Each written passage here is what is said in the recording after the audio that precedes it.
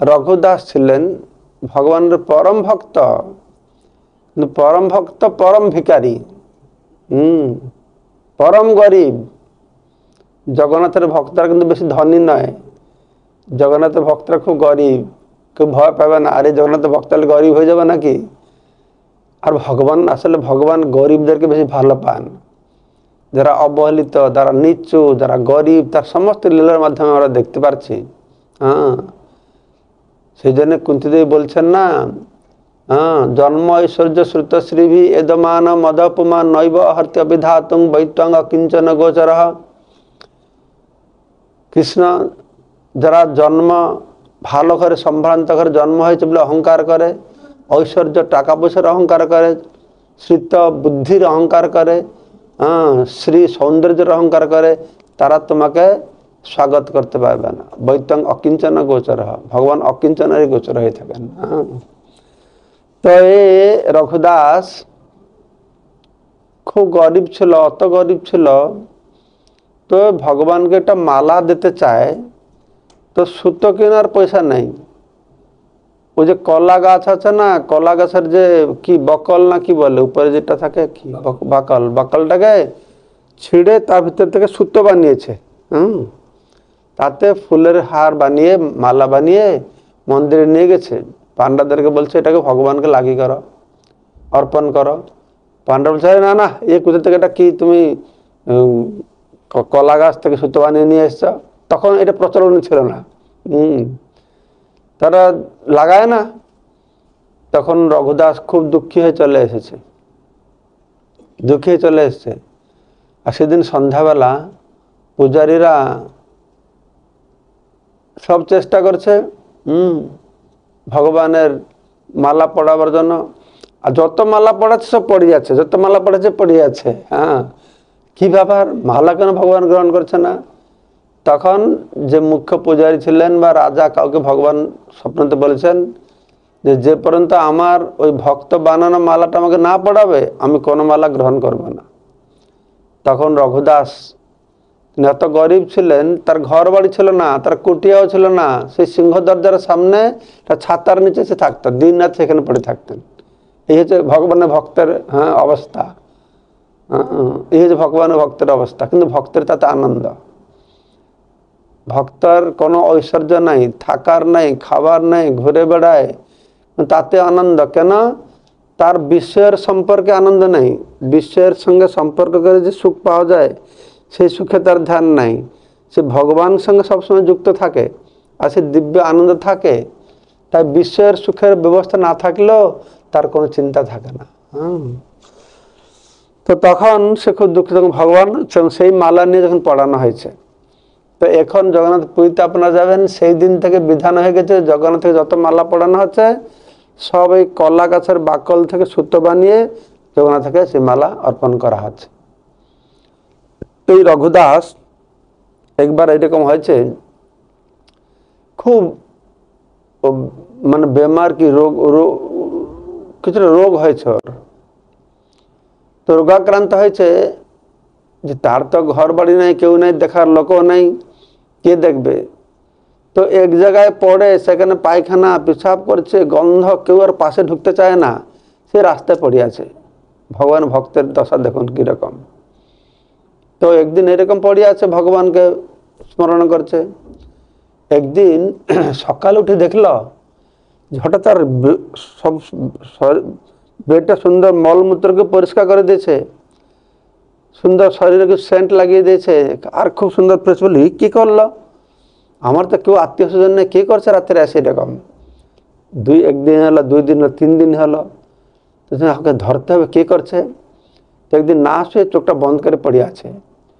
তো কিছু সময় পরে হঠাৎ উপলব্ধি করলো একজন কেউ এসে ওর সব মলমূত্র পরিষ্কার করছে। আর চোখটা খুলে দেখছে স্বয়ং জগন্নাথ তার মলমূত্র পরিষ্কার করছেন। তো হাতটাকে ধরেছে, প্রভু আপনি কি করছেন? আমি তো নরকে যাব, আমি নরকে যাব, আপনি আবার মলমূত্র পরিষ্কার করছেন, আমার কি গতি হবে? তো ভগবান বলছেন, রঘু তোমার এই দুঃখ থেকে আমি সহ্য করতে পারি না, তাই আমি তোমার এসে এরকম সেবা করছি। তো আমার দুঃখ থেকে সহ্য করতে পারো না, আর আপনি তো ভগবান, যদি আপনি বুঝতে পারছেন আমার রোগ হয়েছে, আপনি তো রোগটা তো ভালো করে দিতে পারেন। তো রোগটা ভালো না করে রোগ দিচ্ছেন, আর রোগ দিয়ে আমার সেবা করেছেন, মলমূত্র পরিষ্কার করেছেন। ভগবান বলছেন, হ্যাঁ, আমার ভক্ত আমার সেবা করে যেরকম আনন্দ পায়, আমি ভক্তকে সেবা দেওয়ার জন্য ভগবান নিজে জ্বরে ভোগেন, ভক্ত আমার সেবা করে আনন্দ পাবে, আমিও সেরকম ভক্তের সেবা করে আনন্দ পাই। ভগবানের আনন্দ, ভক্ত এদিকে জ্বরে পড়ে মরছে,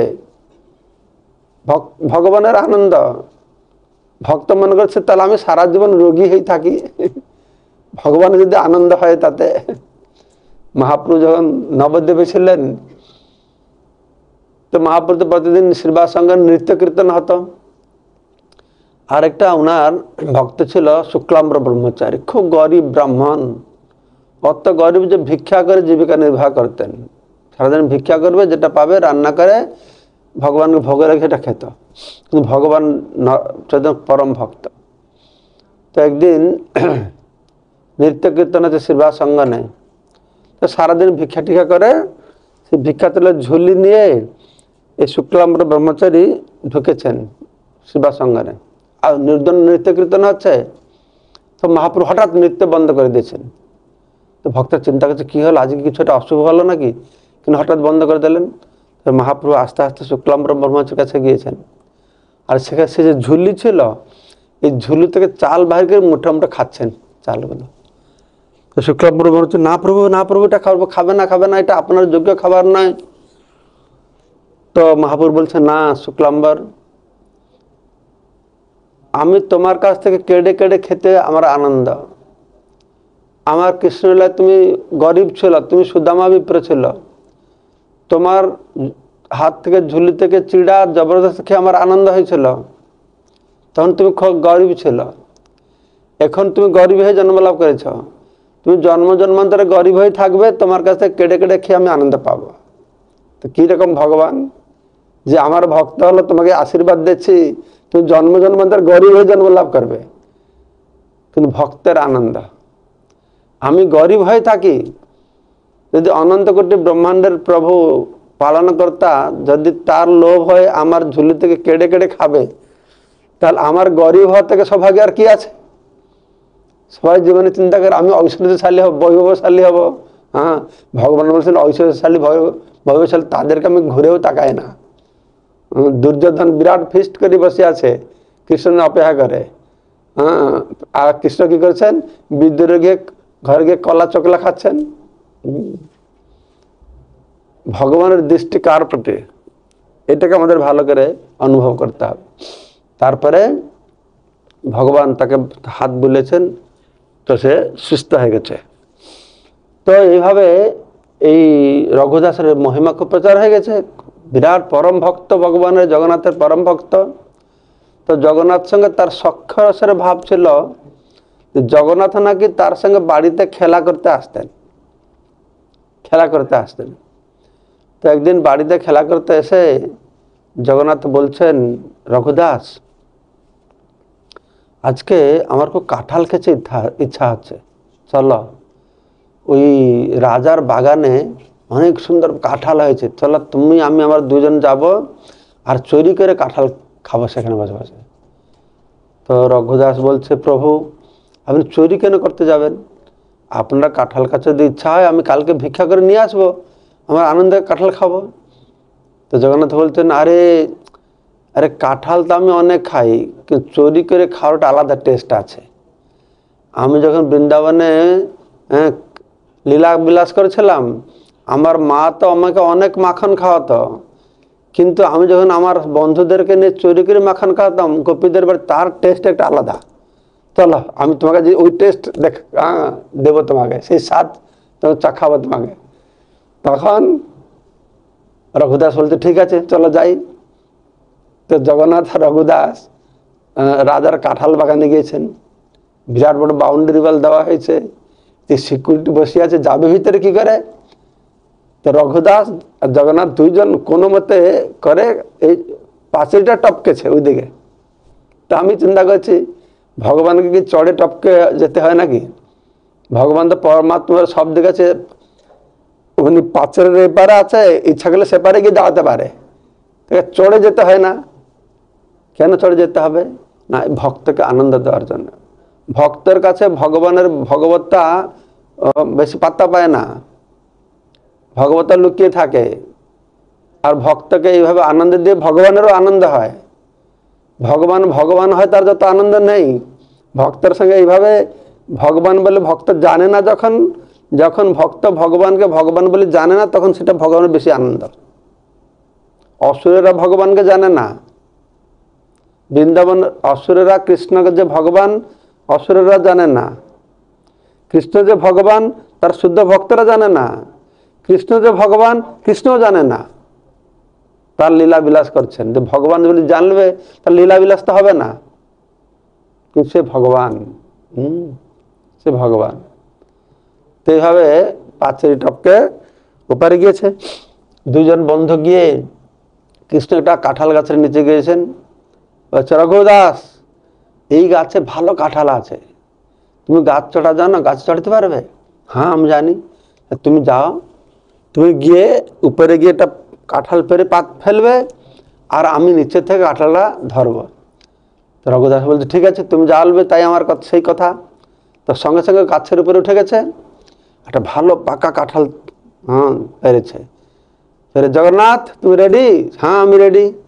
তো কাঁঠালটা পেরে যখন নিচে ফেলে দিয়েছে, তো জগন্নাথ সেখান দিয়ে পালিয়ে গেছে। আর কাঁঠালটা যদি ধবাস করে আওয়াজ করে পড়েছে, আর জগন্নাথ কেটে পড়েছে। কাঁঠাল চুরি করে খাওয়ার টেস্ট দেবে তো কিরকম স্বাদ লাগে, থাকে। পালিয়ে গেছে, আর সব সিকিউরিটিরা জেগে পড়ে, উঠে পড়েছে, আরে চোর চোর চোর চোর। তো উঠে এসে দেখছে ওই নিচে একটা কাঁঠাল পড়ে আছে। তো কাঁঠাল পড়ে কোথায় তো কাঁঠাল আসলো? তো উপরে দেখছে রঘুদাস বসে আছে। আরে রঘুদাস, তুমি কাঁঠাল চুরি করছ? দিনের বেলা হরি হরি, রাত্রেবেলা কাঁঠাল চুরি? ঠিক আছে, আমরা গিয়ে রাজাকে বলবো। সে বসে আছে, রাজাকে ডেকে নিয়ে আছে। আর জগন্নাথ তো পালিয়ে গেছেন, জগন্নাথ আর নেই। একে গাছে উঠিয়ে দিয়ে জগন্নাথ কেটে পড়েছেন। তো রাজাকে গিয়ে বলছে দরোয়ানগুলো, রাজা তো বিশ্বাস করে না। আরে সে অত পরম ভক্ত জগন্নাথের, ও কেন চুরি করবে? আপনার আসি দেখুন। রাজা মন্ত্রী টন্ত্রী সবাইকে নিয়ে, সেনাপতি নিয়ে এসেছে, কি ব্যাপার চলো দেখি। তো গিয়ে দেখি সত্যি সত্যি ও কাঁঠাল গাছে রঘুদাস বসে আছে। তো রাজা বলছে, ও রঘুদাস, আসো আসো, নিচে আসো, নিচে আসো। নিচে এসছে। রঘুদাস, আমরা তোমাকে জগন্নাথের ভক্ত বলে অত বড় করে মানি। আরে তোমার যদি কাঁঠাল খাওয়ার ইচ্ছা ছিল আমাকে বললে তো তোমার কুটিয়া থেকে পৌঁছে যেতাম। আর তুমি এরকম দুষ্কর্ম করলে, যে কাঁঠাল চুরি করতে আসলো, কি বদনাম হলো? তো রঘুদাস হাসছে আর হাসছে আর হাসছে। তখন রঘুদাস বলছে, রাজা, আমি কাঁঠাল চুরি করতে আসে না, তোমার জগন্নাথ কাঁঠাল চুরি করতে এসেছে।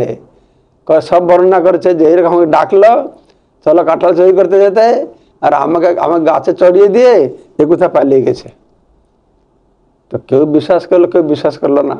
হ্যাঁ, করলে আর জগন্নাথের খেয়ে দিয়ে কাজ নেই, হ্যাঁ, ওর কি অভাব আছে, কাঁঠাল চুরি করতে আসবে নাকি? হ্যাঁ, কেউ বিশ্বাস করলো না। কিন্তু কি শাস্তি দেবে একে? এ তো ভিখারি রাস্তায় পড়ে থাকে, এদের কি শাস্তি থাকবে? হ্যাঁ, তাকে ছেড়ে দিল। তো ছেড়ে দিয়েছে। তারপর দিন সকালে জগন্নাথ যখন পূজারী জগন্নাথের ড্রেস চেঞ্জ করবে, ড্রেস চেঞ্জ করতে গিয়ে জগন্নাথের উত্তরীটা নেই। আর উত্তরটা কোথায় গেল? তো উত্তরটা খুঁজতে খুঁজতে কি হয়েছে, দেখা গেছে কাঁঠাল গাছের নিচে পড়ে আছে। ব্যাপার যে চোর চুরি যত এক্সপার্ট হয়, চুরি করে পালালে কি হবে? তো পুলিশের জন্য কিছুটা রেখে দিয়ে যাবে সেখানে। তাছাড়া জগন্নাথের মহিমা প্রচার হবে কি করে? ভক্তের জন্য, ভক্তকে সঙ্গে নিয়ে জগন্নাথ যে এইরকম লীলা বিলাস করেন, তা জগতের লোক জানবে কি করে? তো এই লীলা বিলাস করে ভগবান কি করেন না, যশ্রুত্বা তৎপর ভবেৎ। যাকে শ্রবণ করলে ভগবানের প্রতি আকর্ষণ হবে, চিত্ত শুদ্ধি হবে, সেজন্য ভগবান এই সমস্ত লীলা বিলাস করে কাঁঠাল চুরি লীলা করেছেন। এই তো পুরীতে হয়েছে, বহু কবে হয়েছে আমরা জানি না, বহু বছর আগে হয়তো হয়েছে। কিন্তু এই কয়েক বছর আগে আমাদের মায়াপুর রাজাপুর যে জগন্নাথ, উনিও কাঁঠাল চুরি করেছেন বহু বছর আগে। তখন আমাদের তো গেস্ট হাউস অত হয় না, কিছু ছিল না, অল্প ভক্ত থাকতো। আর সেখানে তো রাজা, আমাদের রাজাপুর জগন্নাথ মন্দিরের চারপাশে কাঁঠাল গাছ আছে, আম গাছ আছে, লিচু গাছ আছে, বাগান শুরু হয়েছে। তো বাগান রয়েছে। তো রাত্রিরে যে বাগানের যে যারা গার্ড থাকে, একটা লোক এসেছে, তো ম্যানেজারকে ডাকছে, ও প্রভু ও প্রভু। তো ম্যানেজার উঠেছে, কি ব্যাপার? আরে আপনাদের ব্রহ্মচারীরা প্রভুরা, আপনাদের প্রভুরা কাঁঠাল চুরি করছে। আমাদের পুরো কাঁঠাল, তো আমাদের কাঁঠাল কেন চুরি করবো, আমাদের কাঁঠাল অভাব নাকি? তখন সব ভক্তরা জাগিয়েছে যে তোমরা কে কাঁঠাল চুরি করেছ? সবাই তো ঘুম থেকে উঠেছে, কে কাঁঠাল চুরি করতে যাবে? ইস্কনে কি কাঁঠাল খাওয়ার অভাব আছে নাকি চুরি করতে যাবে? হ্যাঁ আমি দেখেছি, আপনি দুটো প্রভু কাঁঠাল হাতে ধরে নিয়ে এই মন্দির দিকে দৌড়ে চলে গেল। তখন আমাদের ম্যানেজারটা বলে, আমাদের ভক্তরা কেন কাঁঠাল চুরি করে, ভাগ, তুমি যাও এখান থেকে। ভাগিয়ে দিয়েছে। আর তারপর দিন সকালে আমাদের পূজারি যখন মঙ্গল আরতি করবে, মঙ্গল আরতি করতে গিয়ে অল্টারের পিছনে, তখন পিছনে ঘরটার হয় না, এখন যে বড় বাড়ি হয়েছিল না, তো অল্টার পিছনে প্লেট সাজাবে, গিয়ে দেখতে দুটো ভালো ফ্রেশ কাঁঠাল তুলে সেখানে রাখা হয়েছে। তো এইভাবে পুরীতে জগন্নাথ যেরকম লীলা করে, রাজাপুরেও সেরকম লীলা করে। সেই জন্য বলে অভিন্ন জগন্নাথ পুরী। পুরীতে জগন্নাথকে দর্শন করলে যে ফল পাওয়া যাবে, এখানে বলে যে আমাদের রাজাপুরে জগন্নাথকে দর্শন করলে সেই ফল পাওয়া যাবে। এই রাজাপুরে যে জগন্নাথ মন্দির আছে, এটা অভিন্ন পুরী ধাম। নবদ্বীপ ধাম ওটা পুরী ধাম। এখানে 2 in 1 জগন্নাথ মন্দিরে পুরী আছে আর নবদ্বীপ ধামও রয়েছে। তো এটা হচ্ছে জগন্নাথের কাঁঠাল চুরি লীলা আমি বর্ণনা করলাম। তো এখনই দয়না চুরি লীলা বর্ণনা করো। দয়না চুরি, দয়না হচ্ছে একটা সুন্দর সুগন্ধ বৃক্ষ।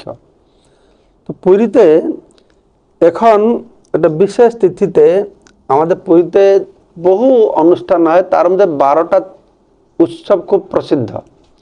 এই প্রসিদ্ধ 12টা উৎসবের মধ্যে একটা দমনক যাত্রা। এটা চৈত্র শুক্লপক্ষ চতুর্দশী দিন দমনক যাত্রা হয়। দমনক যাত্রা বা পুরী থেকে দয়না চুরি লীলা বলে। এই দমনক যাত্রা সম্পর্কে বলা হচ্ছে যে চৈত্র মাসে শীতপক্ষে চতুর্দশাং বিশেষতঃ শ্রীকৃষ্ণ চ প্রীত্যার্থম কার্যম দমনকার্পণম। এই চৈত্র মাস কৃষ্ণপক্ষ শুক্লপক্ষ চতুর্দশীতে দমনক রোপণ কার্যক্রম হয়। দয়না বলে বা দমনক বলে। তো এই যে জগন্নাথ বল্লভ বাগান আপনারা যারা দেখেছেন, গিয়েছেন পুরীতে, ওইখানে জগন্নাথের বহু লীলা হয়। বছরে কয়েকবার জগন্নাথ তার বিজয় বিগ্রহ নিয়ে আসা হয়, উৎসব বিগ্রহকে। তখন কৃষ্ণ বলরাম আসেন, দুগ্ধ দোহন করবার জন্য আসেন, ফুল তুলতে আসেন, তো আর উৎসব অনুষ্ঠান করে আসেন। একটা হয় কি না, খুব প্রশাসন, বড় প্রশাসন নিয়ে আসবে, কিন্তু রাস্তার উপর প্রশাসন থাকবে, আর ভিতরে যাবে, চুরি করতে যাবে। তো তারপরে জগন্নাথ কৃষ্ণ বলরাম যাবে, আর কেউ নেই। কৃষ্ণ বলরাম গিয়ে এই দয়না গাছ আছে, দমনক বৃক্ষ চুরি করে, তার চুরি করে চোরের মতো নিয়ে আসবে। তা মধ্যরাত্রিতে সে ভোগমণ্ডপে সে বিরাট বিভিন্ন অনুষ্ঠান রয়েছে। বিভিন্ন অনুষ্ঠান রয়েছে। তো এটাকে বলা আছে যে ভগবান বিষ্ণু অর্ধরাত্রিতে দমনাসুরকে বধ করেছিলেন। এটা দমনাসুর ছিল, সেই দমনাসুরকে বধ করেছিলেন। তাই তিনি দমনাসুরকে বধ করে খুব আনন্দ লাভ করেছিলেন।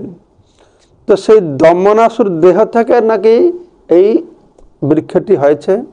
আর চৈত্র শুক্লপক্ষ ত্রয়োদশীতে অসুর নিহত হয়েছিল, সেই জন্যই এই দয়না বৃক্ষ প্রদান করা হয় ভগবানকে। এ বহু তার বিধিবিধান রয়েছে। তো এইটা হচ্ছে দমনক,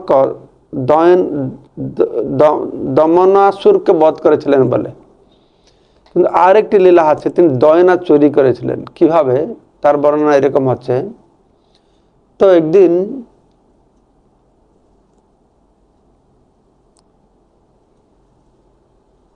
দয়না চুরি, ওকে ওকে, হ্যাঁ। তো রাজা একদিন সকালে সকালে উঠে, তো রাজা তখন সকালে সকালে উঠে কি করছেন না, হ্যাঁ হ্যাঁ, এটা সেটাই লীলাটা। সকাল সকালটায় পাশা খেলছেন, তিনি পাশা খেলছেন, হ্যাঁ, সব মন্ত্রী সেনাপতিদেরকে নিয়ে। তো তখন একটা সিস্টেম ছিল, রাত্রে জগন্নাথকে শয়ন দেওয়া হবে, আর সকালে গিয়ে একজন বিশেষ পূজারী সে দেখবে জগন্নাথ শরীর থেকে কিছু পড়ে গেছে কিনা। যদি কিছু পড়ে গিয়ে থাকে শরীর থেকে কোনো প্রসাদ, কাপড়, মালা, তাহলে খুব শুভ সেটা, সেটা গিয়ে রাজাকে দেওয়া হয়। তো সেদিন রাত্রে কিছু পড়ে, কিছু বস্ত্র পড়ে গেছিলো, তো সেই বস্ত্র নিয়ে ওরা রাজাকে প্রসাদ দিতে গিয়েছে। আর সেই সময় রাজা কি করছিলেন না, পাশা খেলা চলছিল, তো উনার পালা ছিল, উনি পাশা ছুটছেন, তো পাশা খেলা এত মগ্ন হয়ে গেছেন। আর ঠিক সেই সময় পূজারি গিয়ে জগন্নাথ রাজাকে বলছে জগন্নাথের প্রসাদ এসেছে। ও তো ডান দিকে হাত দিয়ে পাশা ফেলছে, তো বেশি খেয়াল না করে, একটু বেখেয়ালি হবে, সেই জগন্নাথের প্রসাদটা বাম হাতে গ্রহণ করেছে। এখন সম্মান করে না, কিছু নেই, ভগবান প্রসাদ বলে একটু ডান হাতে নেবে, সম্মান করবে, কিছু করে না, বাম হাতে নিয়ে নিয়েছে। ও যখন পাশা খেলা শেষ হয়ে গেল, তো বাড়ি ফিরছে, তার হুঁশ এসছে, হয়তো বিরাট অপরাধ করলাম আমি জগন্নাথের প্রসাদকে বাম হাতে গ্রহণ করলাম, জগন্নাথের প্রসাদ প্রতি কোনো ভ্রক্ষেপ করলাম না, তো মহান অপরাধ হয়ে গেল আমার। তো এটা নিয়ে অত সচেতনা করলো, তো সে রাজকার্য বন্ধ করে দিল, খাওয়া দাওয়া বন্ধ করে দিল, যে কি প্রায়শ্চিত হবে। যেই হাত দিয়ে আমি জগন্নাথের প্রসাদ বাম হাতে নিলাম, সেই হাতটা আমার থেকে লাভটা কি আছে। দেখুন আগেকালের সময় এরকম ছিল, আগেকালের সময়ে লোকেরা খুব সেন্সিটিভ ছিল। আজকাল আমরা তো পড়ুয়া করি না, বাম হাতে প্রসাদ ধরে ফেলি, যা তা করি। কলিযুগ তো এই যে কোনো বিধি বিধান নীতি নিয়ম কিছুই নাই, কিন্তু পূর্ব যুগে এগুলো ছিল। একটা রাজা ছিলেন কুলশেখর রাজা, দক্ষিণ ভারতের নয়, এইদিকে। এই কুলশেখর রাজা মানে কত সেন্সিটিভ। এই কুলশেখর রাজা একদিন বসে ভাগবত পাঠ শ্রবণ করেছিলেন। তো ভাগবত পাঠ শ্রবণ করেছিলেন, সেই সময় তার গুরুদেব এসেছেন। তো গুরুদেবকে মাথা মাটিতে লাগিয়ে প্রণাম করেছে। তো প্রণাম করে গুরুদেব কথা শুনছেন, রাজাও কথা শুনছে। তো সেই সময়টা মাছি এসে গেল, মাছি এসে ওর কপালে বসেছে, ঠিক আছে। মাছিটা কপালে বসতে মাছিটাকে উড়াতে গিয়ে এরকম করে দিয়েছে, এরকম করে দিল, তো মাছি উড়ে গেল। আর তার গুরুদেব তাকে তাকাচ্ছে এরকম করে। তো গুরুদেব বললে তুমি বিরাট ভুল করলে, বিরাট ভুল করলে, অপরাধ করলে নাকি। আচ্ছা কি হলো? আরে তুমি যে আমাকে প্রণাম করেছ, আমাকে গুরুদেবকে প্রণাম করবার সময় তোমার কপালে যতটা ধুলা লেগে থাকে তত জন্মের পাপ থেকে তুমি মুক্ত হয়েছিল, আর সেই ধুলাকে তুমি ঝেড়ে দিল। এ বলে খুব রাগ করে উঠে চলে গেছেন। আর রাজা যত খোঁজে গুরুদেবকে খুঁজে পাচ্ছে না, কি বিধান, এই অপরাধ কিভাবে মুক্ত হবে, এটা বলার উদ্দেশ্য আছে কত সেন্সিটিভ।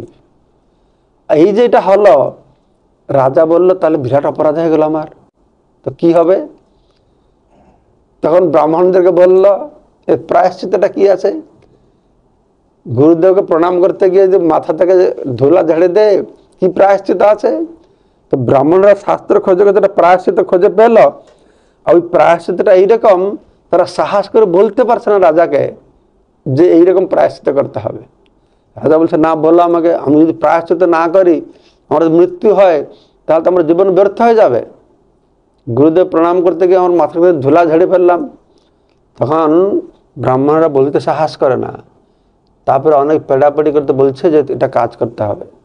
অত ফিটে 8 ইঞ্চি লোহা পাতা, পাতি, লোহা পাতি, লোহার পাতি, হ্যাঁ লোহা পাতা, লোহার পাত, ওটাকে লম্বা করে বানাতে হবে। আর নিচে আগুন দিয়ে পুরো লাল লাল গরম করতে হবে। আর সেইখানে তোমাকে 18 বার প্রণাম করতে হবে, দণ্ডবোধ করতে হবে। তাহলে তোমার কি হবে না, এই যে অপরাধ থেকে মুক্ত হবে। এই ব্রাহ্মণদের কড়া শাসনের বাবা, তখনকার সময় এরকম ছিল। তো রাজা রেডি করতে, আমাকে করতে হবে। মন্ত্রী সেনাপতি সবাই বারণ করছে, না এগুলো করতে হবে না, কিন্তু ও শুনে না। তখন যে স্নান টান করলো, সাদা কাপড় পরলো, হাজার হাজার লোক এসছে, রাজা এরকম করবে দেখতে। তো ও একদম নিশ্চিন্ত হয়ে গিয়ে সেই মানে অত গরম, কেউ তার ধারে পাশে যেতে পারছে না। ও রাজা গিয়ে লম্ব দণ্ডবোধ দেওয়া শুরু করলো, একবার দুইবার চার পাঁচবার হয়ে গেছে, তার গা থেকে মাংস গলে গলে পড়ে যাচ্ছে। তার এই নিষ্ঠা থেকে ভগবানের সহ্য করে থাকতে পারলেন, জগন্নাথ স্বয়ং এসে তাকে আলিঙ্গন করেছেন। হ্যাঁ, আরো আরো কি আছে পরে আমি ভুলে গেছি। আমার শুধু এটা বলার উদ্দেশ্য হচ্ছে যে কি হয়েছে, ও গুরুদেবকে প্রণাম করেছে, ও যেটা অশ্রদ্ধাকে ঝেড়ে ফেলেছে তা নয়, ওটা মাছি বসেছিল, মাছির তাড়া থেকে দুলি সেটা পড়ে গেল, তাতেই অত বড়, কিন্তু সেটাকে সে গ্রহণ করছে। আমরা পারবো আজকাল? আমার কত কি করে আছে, ঠিক আছে, আমাদের দ্বারা হবে না। হ্যাঁ, অত সেন্সিটিভ। হ্যাঁ, সেসব ছিল আগে, রাজারা এরকম করতেন, যারা শুদ্ধ লোক এরকম করতেন।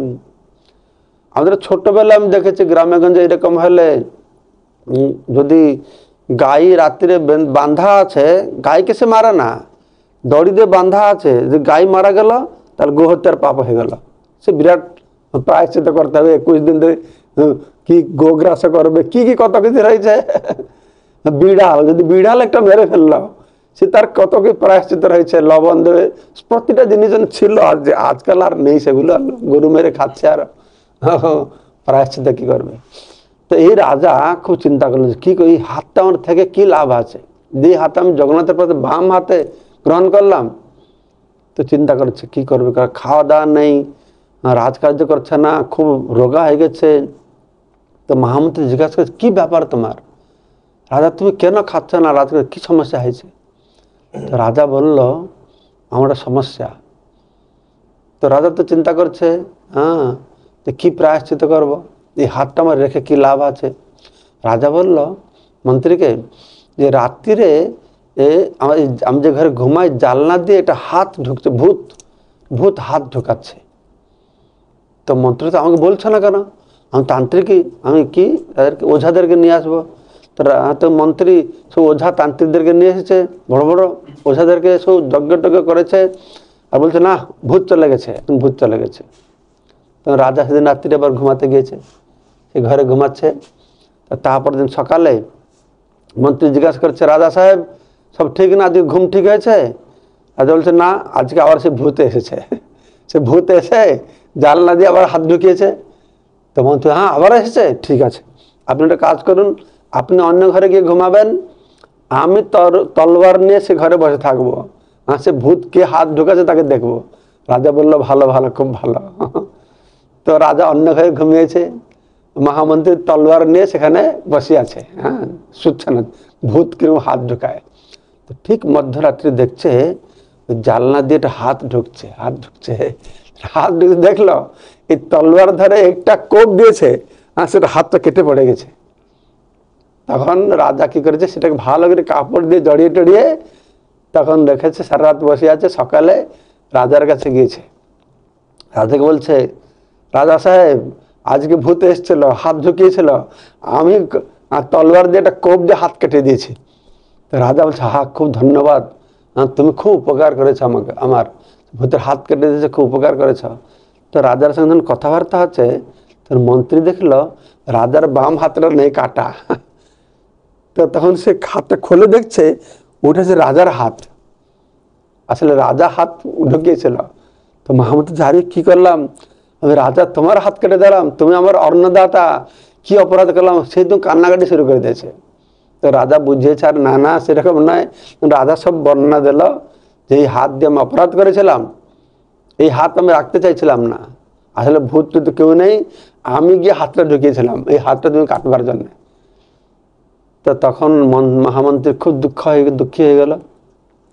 তখন সে কাপড়ে নিয়ে জগন্নাথ বল্লভ বাগানে গিয়ে তাকে সে হাতটাকে সমাধি দিয়ে চলে আসলো। যে রাজা কি করবে না, রাজা তো জগন্নাথের প্রথম সেবক, তো এখনই রাজার যা যা সেবা আছে তার তো অঙ্গহানি হয়ে গেল। অঙ্গহানি হলে ভগবানের সেবা করতে পারবে না। তো ভগবানের সেবা করে অর্ধেক কি কি রোগ যদি থাকে, সেই রোগ থাকে, অঙ্গহানি হয়ে যায়, একটা অঙ্গুলি কেটে গেল, হাত কেটে গেল, পা কেটে গেল, তাহলে ভগবানের সেবা করতে পারবে না। তখন রাজা কি করবে, তখন মুদিরথকে দায়িত্ব দিল, রাজার সেবাগুলো মুদিরথ করবে। আর রাজা কি করলেন, এই জগন্নাথ বল্লভ বাগানে গিয়ে ফুল তুলতেন, কোনোভাবে করে একটু মালা টালা করে জগন্নাথের জন্য পাঠাতেন। তো একদিন রাজা দেখছে হঠাৎ সুন্দর গন্ধ আসছে একটা কোথা থেকে। তো কোথা থেকে গন্ধটা আসছে, তো খুঁজে খুঁজে খুঁজে খুঁজে দেখছে একটা সুন্দর গাছ আছে, ওখান থেকে গন্ধটা আসছে। তখন রাজা মালিকে জিজ্ঞাসা করলো, এই গাছটা কোথা থেকে তুমি পেয়েছ? মালি বললো, আমি তো গাছটা লাগাই না, এটা এমনি হয়েছে।